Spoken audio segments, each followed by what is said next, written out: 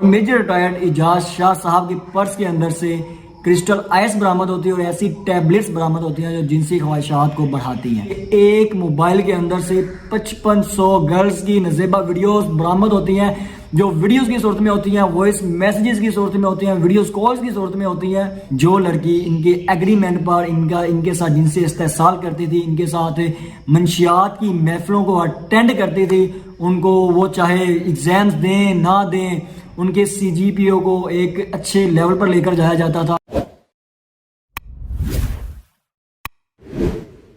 السلام علیکم۔ پولیس کے ایک ناکے نے اسلامیہ یونیورسٹی بہاولپور کے تعلیمی نظام کی دھجیاں اڑا کر رکھ دی۔ ہوتا کچھ یوں ہے جی، کچھ دن پہلے اس یونیورسٹی کے جو سے چیف سیکیورٹی انچارج ہوتے ہیں، جنہیں ہم میجر ریٹائرڈ اعجاز شاہ صاحب کے نام سے جانا جاتا ہے، میجر ریٹائرڈ اعجاز شاہ صاحب، جو کہ کلٹس گاڑی کے اندر ایک طالب علم کے ساتھ ڈیٹ کر رہے ہوتے ہیں۔ ڈیٹ پر آگے سامنے ناکا لگا تو ناکے سے گھبرا کر یہ اپنی گاڑی کو رانگ سائڈ پر واپس بھگانا شروع کر دیتے ہیں اور پولیس مشکوک گاڑی سمجھ کر اس گاڑی کا تعاقب کرتی ہے۔ تعاقب کرنے پر گاڑی کو روکتی ہے، روکنے پر گاڑی کی بھی تلاشی لیتی ہے اور اس میجر ریٹائرڈ اعجاز شاہ صاحب کی بھی تلاشی لیتی ہے۔ اور میجر ریٹائرڈ اعجاز شاہ صاحب کے پرس کے اندر سے کرسٹل آئس برآمد ہوتی ہے اور ایسی ٹیبلٹس برآمد ہوتی ہیں جو جنسی خواہشات کو بڑھاتی ہیں۔ پولیس مقدمہ درج کر اس کو حوالات کے اندر بند کر دیتی ہے اور اس کے پاس جو 2 موبائلز برآمد ہوتی ہیں، پولیس ان کا فورینزی کرواتی ہے اور فورینزی کروانے پر پتہ چلتا ہے کہ صرف اس کے ایک موبائل کے اندر سے 5500 گرلز کی نزیبہ ویڈیوز برآمد ہوتی ہیں جو ویڈیوز کی صورت میں ہوتی ہیں، وائس میسیجز کی صورت میں ہوتی ہیں، ویڈیوز کالز کی صورت میں ہوتی ہیں۔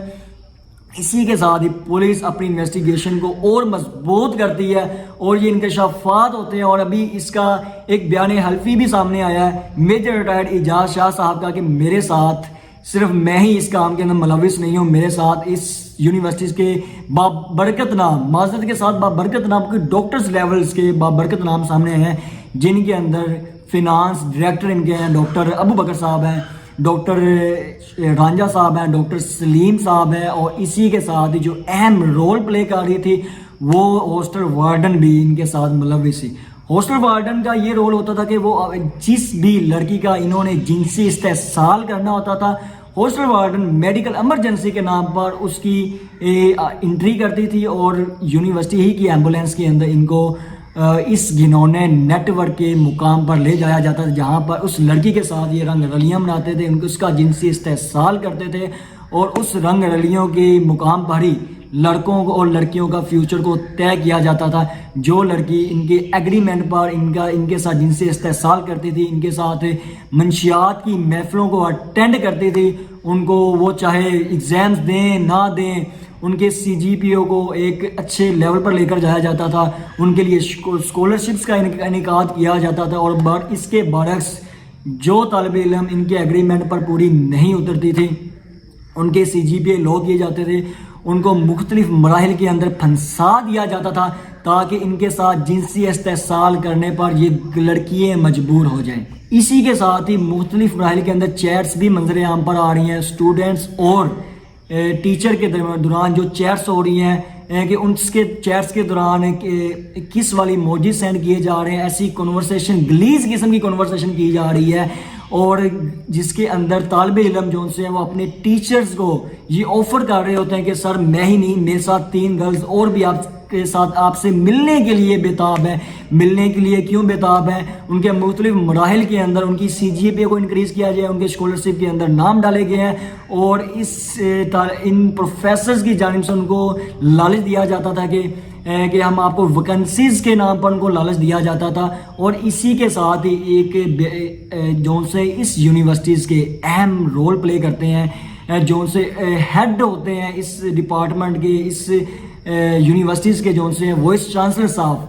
حافظ ڈاکٹر عطر محبوب صاحب، ان کا بھی بیان ایک سامنے آتا ہے کہ یہ سب تو میرے خلاف ایک پروپیگنڈا کیا جا رہا ہے، میری یونیورسٹیز کے خلاف ایک پروپیگنڈا کیا جا رہا ہے۔ اگر یہ پروپیگنڈا کیا جا رہا ہے تو ہراسمنٹ کا شکار ہونے والی لڑکی منظر عام پر آ کر میڈیا کے سامنے اپنی آہو بقا کر رہی ہے اور اس بات کا پروف کر رہی ہے، وہ بتا رہی ہے